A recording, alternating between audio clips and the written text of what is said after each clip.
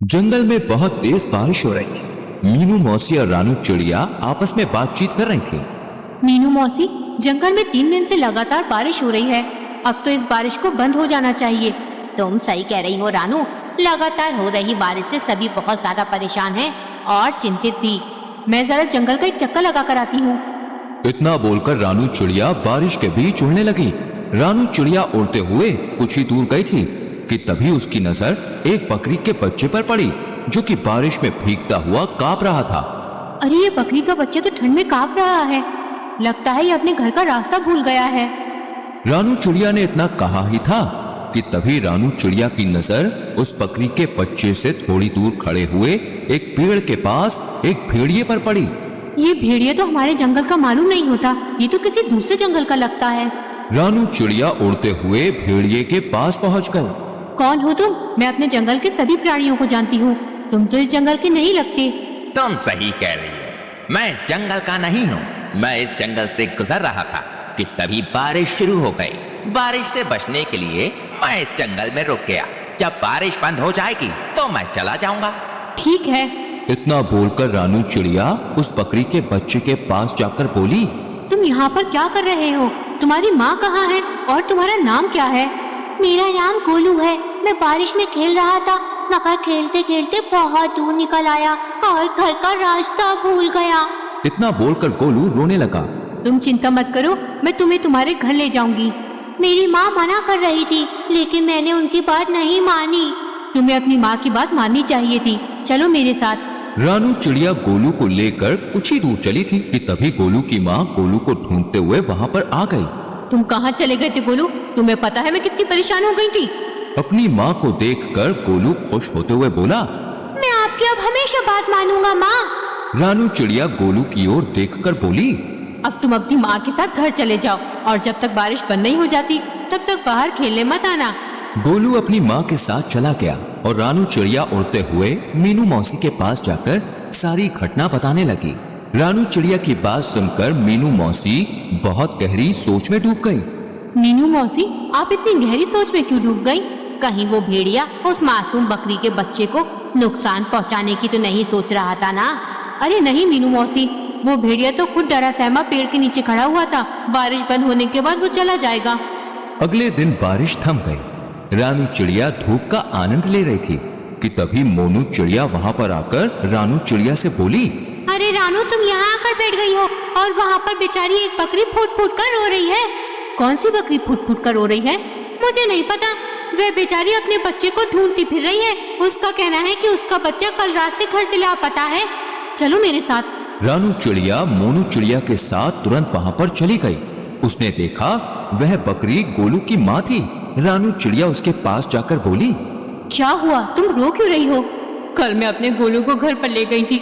सुबह जब मेरी आंख खुली तो वो घर से गायब था। मैंने पूरा जंगल छान मारा मगर वो कहीं नहीं मिला। तुम घबराओ मत, मैं अभी उसे तलाश करती हूँ। रानू चिड़िया गोलू को ढूंढने लगी। तभी उसकी नजर एक पेड़ के नीचे उसी भेड़िए पर जा पड़ी, जो कि आराम से लेटा हुआ था। रानू चिड़िया उस भेड़िए के पास जाकर बोली, क्या तुमने एक बकरी के बच्चे को कहीं देखा है? वही बकरी का बच्चा जो कल बारिश में भीग रहा था। मैंने किसी बकरी के बच्चे को नहीं देखा। वैसे तो तुम कह रहे थे कि बारिश होने के बाद तुम यहाँ से चले जाओगे। हाँ हाँ, चला जाऊंगा। तुम तो ऐसे बोल रही हो जैसे कि इस जंगल की राजा हो और यहाँ पर तुम्हारा ही अधिकार चलता है। अरे मेरी जब मर्जी होगी मैं यहाँ से चला जाऊंगा। रानू चिड़िया अपने मन ही मन में बोली, मुझे तो इस भेड़िए पर शक हो रहा है। मुझे जंगल के राजा शेर से इसकी शिकायत करनी होगी। रानू चिड़िया जंगल के राजा शेर के पास चली गई और सारी घटना बताती हुई बोली, मुझे उस भेड़िए पर शक हो रहा है। तभी शेर क्रोधित होकर रानू चिड़िया से बोला, इसका मतलब वो भेड़िया सही बोल रहा था। तुम हमेशा जंगल के प्राणियों के खिलाफ मेरे कान भरती रहती हो। ये आपको क्या हो गया महाराज? तभी रानू चिड़िया ने देखा वो भेड़िया गुफा के दूसरे हिस्से से निकलकर गोलू के साथ वहां पर आकर शेर के सामने खड़ा हो गया। रानू चिड़िया हैरत से इस दृश्य को देखने लगी। महाराज, जब मुझे पता चला कि ये बकरी का बच्चा कल से गायब है तो मैं जंगल में उसकी तलाश के लिए निकल गया। मगर मैं जानता था कि ये रानू चिड़िया मेरे खिलाफ आपके कान जरूर भरने आएगी, इसलिए मैंने आपको पहले ही सब कुछ बता दिया था। महाराज, इस रानू चिड़िया के कारण ही दूसरे जंगल का कोई भी प्राणी आपके जंगल में नहीं आता। शेर रानू चिड़िया की ओर देखकर बोला, और तुम कह रही थी कि इस भेड़िए ने बेचारी बकरी के बच्चे को मार डाला, मगर ये तुम्हारे आने से पहले ही इसे यहाँ सही सलामत ले आया। तुम्हें अब सजा मिलेगी, तुम्हें जेल में डाल दिया जाएगा।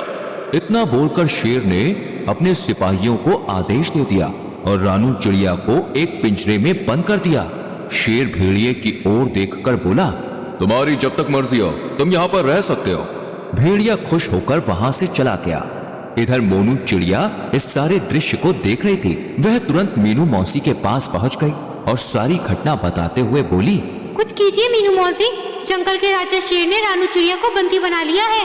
मीनू मौसी गहरी सोच में डूबते हुए बोली, जब रानू चिड़िया ने मुझे बताया था कि वो भेड़िया एक पेड़ के नीचे खड़ा हुआ उस बकरी के बच्चे को देख रहा था, मुझे तभी कुछ न कुछ गड़बड़ लग रही थी। जो भी हो, लेकिन आप कुछ भी करके रानू चिड़िया को उस पिंजरे से बाहर निकालिए। चिंता मत करो मोनू, हम दोनों को अभी फिलहाल कुछ नहीं करना। हमें सिर्फ उस भेड़िए पर गहरी नजर रखनी होगी। पहले हमें पता चलना चाहिए कि उस भेड़िए के दिमाग में आखिर चल क्या रहा है, आखिर ये कौन सा मकसद लेकर इस जंगल में आया है। मीनू मौसी और मोनू चिड़िया उस दिन से उस भेड़िए पर नजर रखने लगी। वह भेड़िया दिन भर जंगल में घूमता और दूसरे जानवरों का मांस छीनकर खा लेता। जब भी कोई जानवर अपना मांस देने में आनाकानी करता तो वो धौंस दिखाते हुए खुद को जंगल के राजा शेर का दोस्त बताकर डरा देता उन्हें। एक दिन भेड़िया टहलते टहलते गोलू बकरी के घर के नजदीक चला गया। गोलू अपने घर के बाहर खेल रहा था। भेड़िया उसे अजीब सी नजरों से देखने लगा, मगर उसे नहीं पता था कि मीनू मौसी उस पर नजर रख रही है। मीनू मौसी तुरंत ही मोनू चिड़िया की ओर देखकर बोली, जाओ जल्दी से महाराज को बुला लाओ। लेकिन महाराज क्या मेरी बात सुनेंगे? तुम्हें कैसे भी करके महाराज को यहाँ पर लाना है। मुझे इस भेड़िए के इरादे सही नहीं लग रहे और महाराज का यहाँ आना बहुत जरूरी है।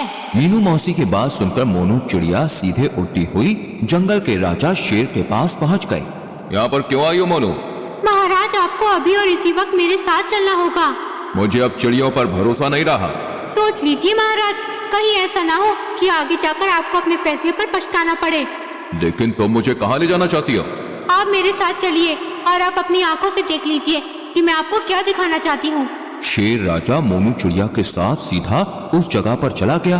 तभी मीनू मौसी शेर राजा के पास आकर बोली, महाराज, उस पेड़ के पीछे छुप जाइए और स्वयं अपनी आंखों से देख लीजिए।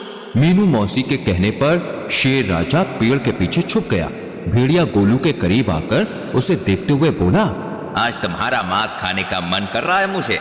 ये क्या कह रहे हैं आप? पिछली बार जब मैं खो गया था तब आप ही मुझे महाराज के पास ले गए थे और मेरी माँ के पास छोड़कर आए थे। मूर्ख बकरी के बच्चे, वो तो मेरी सिर्फ एक चाल थी। मैं जानता था कि इस जंगल में रानू चिड़िया सबसे ज्यादा तेज दिमाग की है। मैंने उसे फंसाने की योजना बनाई थी। मैं कुछ समझा नहीं। जब तू सो रहा था ना, तब मैं चुपके से तुझे अपने मुंह में दबाकर जंगल के दूसरे हिस्से में छोड़ आया था और फिर खुद ही तुझे जगाकर महाराज के पास छोड़ आया। और जंगल के इस मूर्ख शेर ने रानू चिड़िया को ही दोषी मान लिया। लेकिन अब मुझे कोई खतरा नहीं।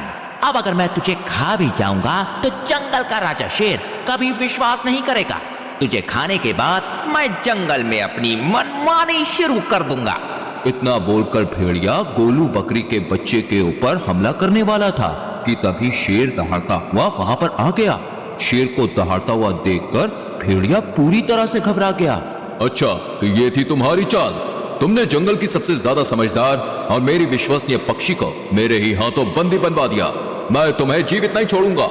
इतना बोलकर शेर ने भेड़िए को उसी समय मार दिया और मीनू मौसी की ओर देखकर बोला, मुझे क्षमा कर दो मीनू मौसी, मुझसे गलती हो गई। कोई बात नहीं महाराज, वो भेड़िया बहुत ही ज्यादा चतुर था और उसने अपनी चतुराई का फायदा उठाकर आपकी आंखों में विश्वास की पट्टी बांधी थी। शेर राजा ने रानू चिड़िया को आजाद कर दिया, लेकिन इस बार सबकी हीरो मीनू मौसी बन गई।